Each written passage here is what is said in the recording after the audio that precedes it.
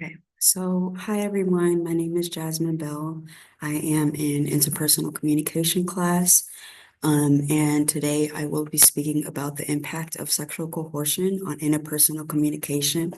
And I will also be exploring solutions to protect women's freedom of speech from future situations.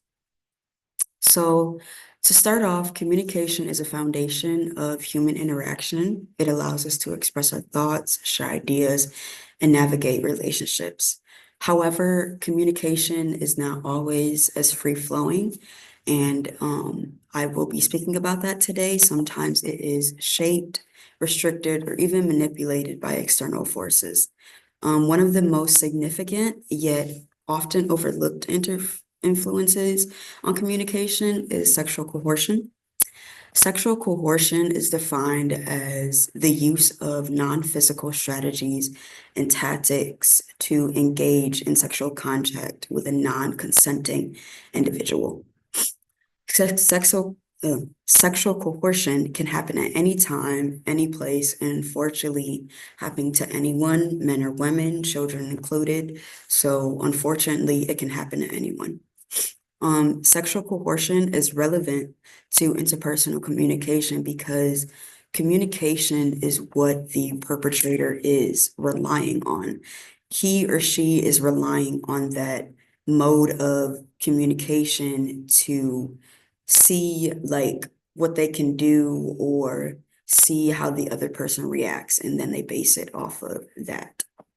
So first and foremost, like I said, sexual coercion can happen to anyone at any time and place. It's a complex issue rooted in power dynamics, social norms, and personal insecurities. It often arises when one person feels entitled to another person's body, viewing consent as a negotiable thing rather than something that you have to consent for. Um, so factors that sort of not cause sexual coercion because there, in my opinion, there is no common cause for sexual coercion. Sexual coercion can happen really if the person really just wants to do it, if that makes sense. But some factors that sort of play into that are power imbalances, substance abuse, and anger can contribute to these behaviors.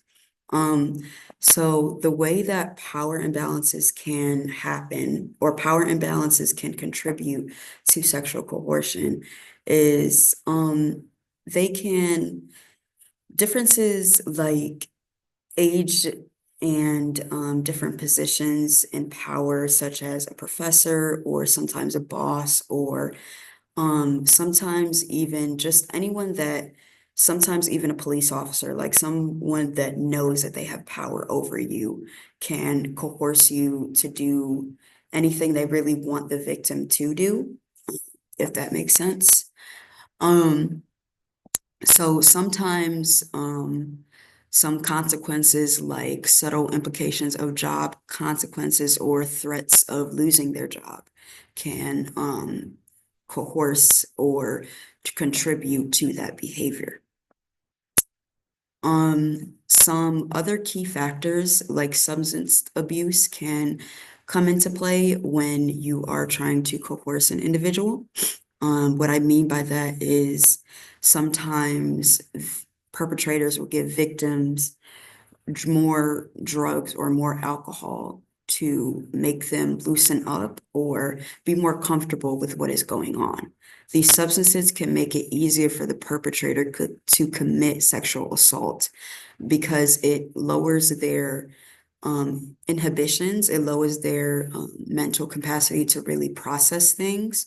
And sometimes um, it can prevent them from remembering details of the assault.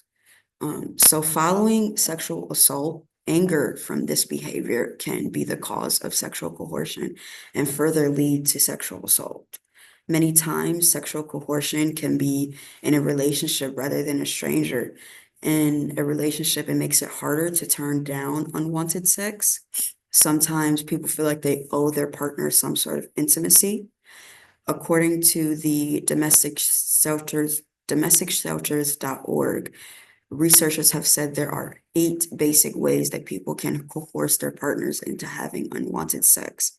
Sometimes it can include bullying, rational threats, threats of physical abuse, and more anger-related aggressive behavior. And then for the victims, this can instill fear into them, making them give the perpetrator what they want. And this overall is called sexually aggressive behavior. So secondly, as we understand the tactics of sexual coercion, it is crucial to recognize the profound negative effects it has on interpersonal communication, including self-blame, depression, and the breakdown of healthy communication. So as we get started, self-blame is one of the most common emotional responses to sexual coercion, particularly among women who may have felt like they could have prevented the situation or acted differently. This feeling is most prevalent. This feeling is most prevalent immediately following the assault and tends to be more intense than for the victims of other traumatic events. And with that being said, one reason for this may be societal expectations for women, because society tends to feel like women should be able to prevent the sexual assault or be able to see the signs or point it out more than any other sort of assault. And that's not always the case. So women typically self-blame themselves. And following the self-blame, this is when depression sets in. So when this happens, the weight of self-blame takes a toll on one's mind, and it causes a woman or man to question what really happened and process what really happened in that moment, or what could I have done differently, or why did I have to do this, or why didn't I see the signs? So with that all being said, and also being in the midst of processing everything, it sort of takes a toll and causes depression. Over time, these thoughts can create a big wave of sadness or a big wave of emptiness, loneliness. Emptiness and loneliness is really one of the most common feelings, especially after it happens.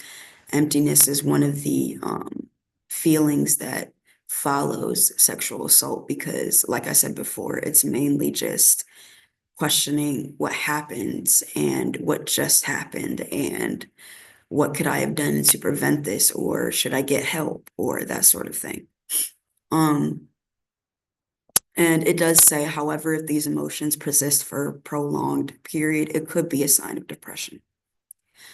So lastly, to address and prevent sexual coercion, it is essential to focus on practical solutions that promote respect, open communication, and a deeper understanding of consent within these relationships. In these type of relationships, it is extremely important to have strategies or tips to address these sort of situations. So some strategies include establishing a safe and non-judgmental place. Some people may feel like they are not comfortable with discussing issues of their sexual coercion, and in turn can foster an environment of the victim not speaking up directly, which can sometimes lead to further case or worse scenarios, maybe even worse circumstances or worse consequences. Another important solution in sexual coercion is understanding your boundaries and desires. Boundaries, especially in interpersonal communication, are very important for establishing respect for yourself and before encountering situations where the victim may feel like they are pressured to do something. Setting healthy boundaries involves high self-awareness and respect for one's needs and feelings. The first step of recognizing and understanding personal values the first step is recognizing and understanding another person's personal values, or maybe even yourself's personal needs and feelings. And this sort of self-understanding is where the basis of boundaries are drawn.